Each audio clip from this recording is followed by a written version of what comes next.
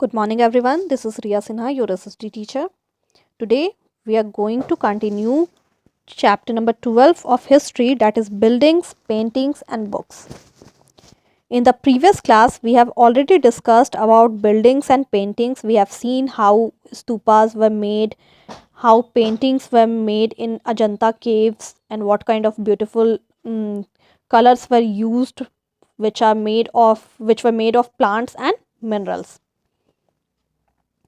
Today we will start the world of books. Some of the best known epics were written during this period. Epics are grand, long compositions about heroic men and women and include stories about gods. A famous Tamil epic, the Sila Padikaram, was composed by a poet named Ilango around 1800 years ago. It is the story of a merchant named Kovalan who lived in Puhar and fell in love with a courtesan named Madhvi, neglecting his wife Kannagi. Later, he and Kannagi left Puhar and went to Madurai, where he was wrongly accused of theft by the court jeweler of the Pandya king. The king sentenced Kovalan to death. Kannagi, who still loved him, was full of grief and anger at this injustice and destroyed the entire city of Madurai.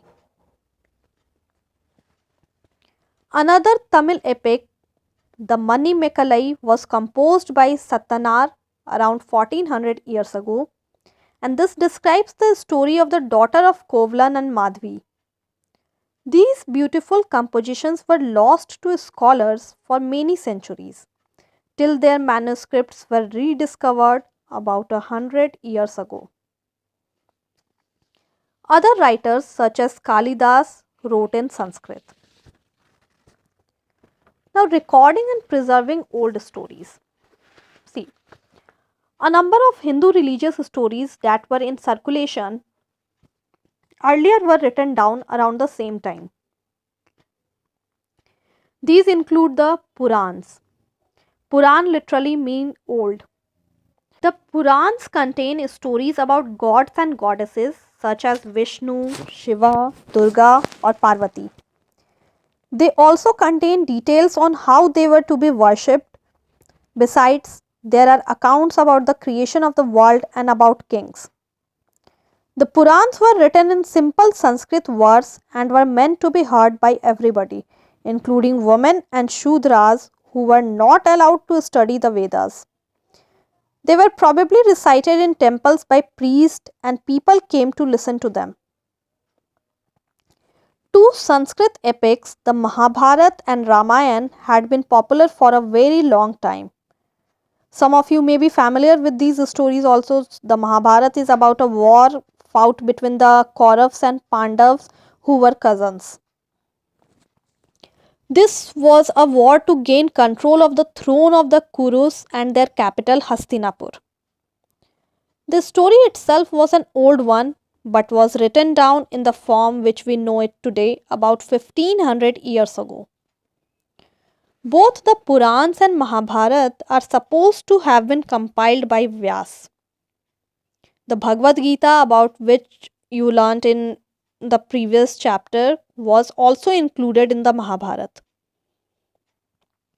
The Ramayana is about Ram, a prince of Koshala who was sent into exile. His wife Sita was abducted by the king of Lanka named Ravan, and Ram had to fight a battle to get her back. He won and returned to Ayodhya, the capital of Koshala, after his victory.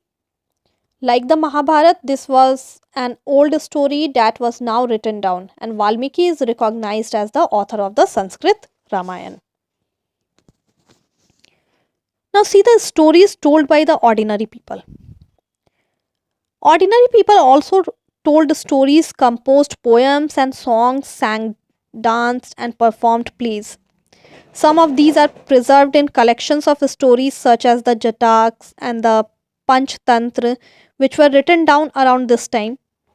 Stories from Jataks were often shown on the railings of stupas and in paintings in places such as Ajanta. Now, in ancient time, there are some of the books which are present today were written down at that time also. Now, writing books on science. So, this was also the time when Aryabhat, a mathematician and astronomer, wrote a book in Sanskrit known as Aryabhatyam. He stated that day and night were caused by the rotation of the earth on its axis, even though it seems as if the sun is rising and setting every day. He developed a scientific explanation for eclipses as well. He also found a way of calculating the circumference of a circle which is nearly as accurate as the formula we use today. Varamihira, Brahmagupta, and Bhaskaracharya were some other mathematicians and astronomers who made several discoveries, like discovery of zero and Ayurveda, which is a well-known system of health science that was also developed in ancient India. Now see the elsewhere. Paper has become a part of our daily life. The books we read are printed on paper and we use paper for writing. Paper was invented in China about 1900 years ago by a man named Kylan. He beat plant fibers, cloth, rope, and the bark of trees, soaked these in water, and then pressed, drained, and dried the pulp to create paper. Even today, handmade paper is made through a similar process. The technique of making paper was a closely guarded secret for centuries, and it reached Korea about 1400 years ago and spread to Japan soon after. It was known in Baghdad about 1800 years ago, and from Baghdad it spread to Europe, Africa, and other parts of Asia, including the subcontinent. So now we have completed this chapter. We have covered all the topics of it. Hope you all understood all the covered topics well. Thank you and have a nice day.